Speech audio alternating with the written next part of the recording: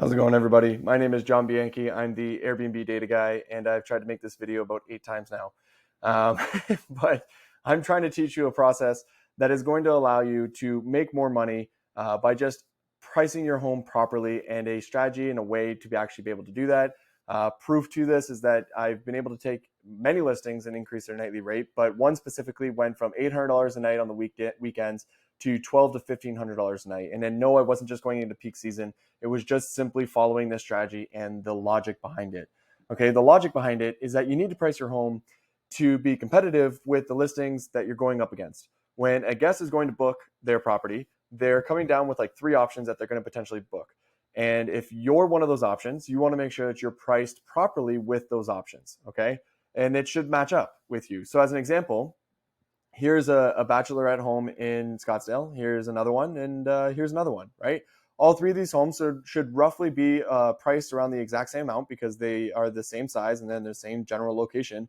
And they're offering pretty well the exact same experience for everybody who's going to be in the bachelorette party, right? Now, imagine if one of these homes was way overpriced, it probably wouldn't get booked. Imagine if it was way underpriced, it would actually be losing money. Even though it'd be getting booked, it would be losing out on potential revenue.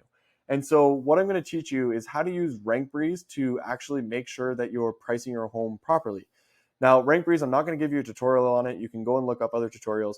But essentially what you want to do is you just want to add in your listing into RankFreeze, and then you want to find the competition that matches up best with you and add them in here as well, okay?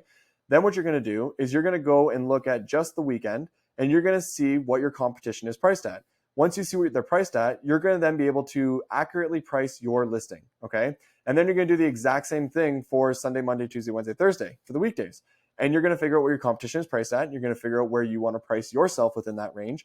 And then you're going to have your accurate weekday prices. And then you're going to go to the next weekend and you're going to do the exact same thing. And then the next weekdays, and you're going to do the exact same thing. And you're going to continue to do this for the next 6 months out, at a minimum 6 months out. Just figuring out exactly what your competition's priced at and what you should be priced at. And then that way, when somebody goes to, book an Airbnb and they land on these last three options, you are accurately and properly priced, right? Now, what ends up happening usually, because most people underprice, is that you're going to realize that you are actually probably the lower end of the competition, and you probably could be increasing your nightly rate, right? Now, what I'm going to teach you right now is what I refer to as the 6-month strategy. It's a way to figure out what your maximum potential is for your specific property. So when you do this, you're going to go through and you're going to have all the prices figured out for the next 6 months. Then what I want you to do, if you have a larger property, it's 6 months. If you have a smaller property, it's 3 months. Then what I want you to do is I want you to increase your prices for 6 months and like 5 months, like 5 months out and 6 months out.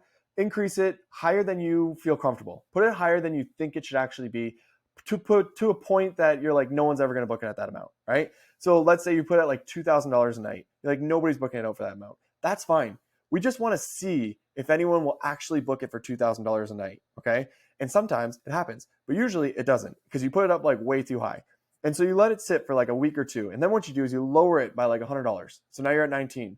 And you just see if anyone bites. And then no one does, so you lower it to 18. Then you lower it to 17. But then what ends up happening is somebody bites for 17, right? And when they bite for 1,700, that likely will end up being a number higher than you would have actually priced your home, okay? And what happens at that moment is you have found the top potential of your actual listing, because people are willing to pay a premium to book their home in advance to secure that location. And so by overpricing it during that time period, they're willing to pay a little bit more to actually ensure that they get that place. And so that's why you want to increase your prices, but then slowly bring them down until somebody bites, right? Now, you could go the opposite way, but if you go the opposite way, you're actually going to end up losing money. So let's say you're like, I'm going to price my home at $1,200, and then it gets booked, and you're like, all right, let's see if I can get $1,300. It gets booked, or let's see if I can get $1,400, and it gets booked. Well, think about how much money you just lost out on, potential money that you just lost out on.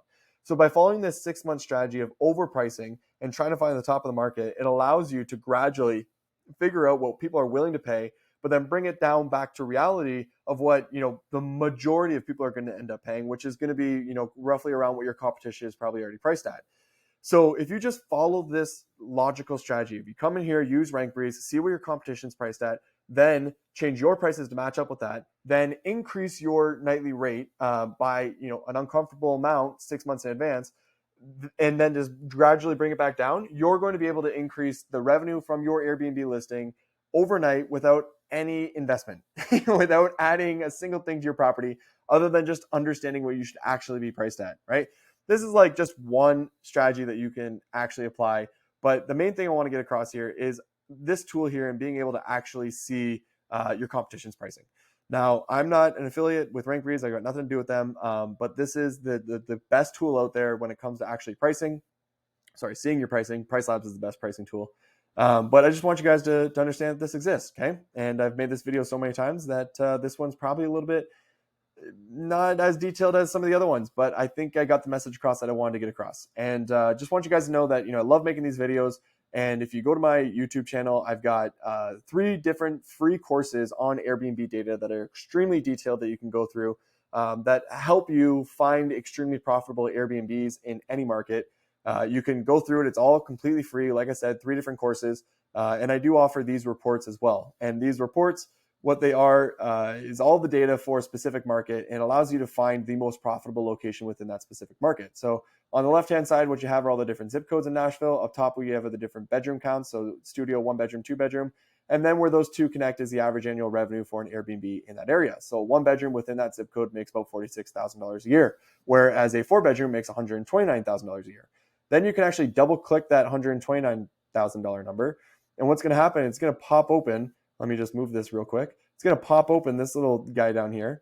And this tab is all of the 4 bedrooms that are in that exact same zip code.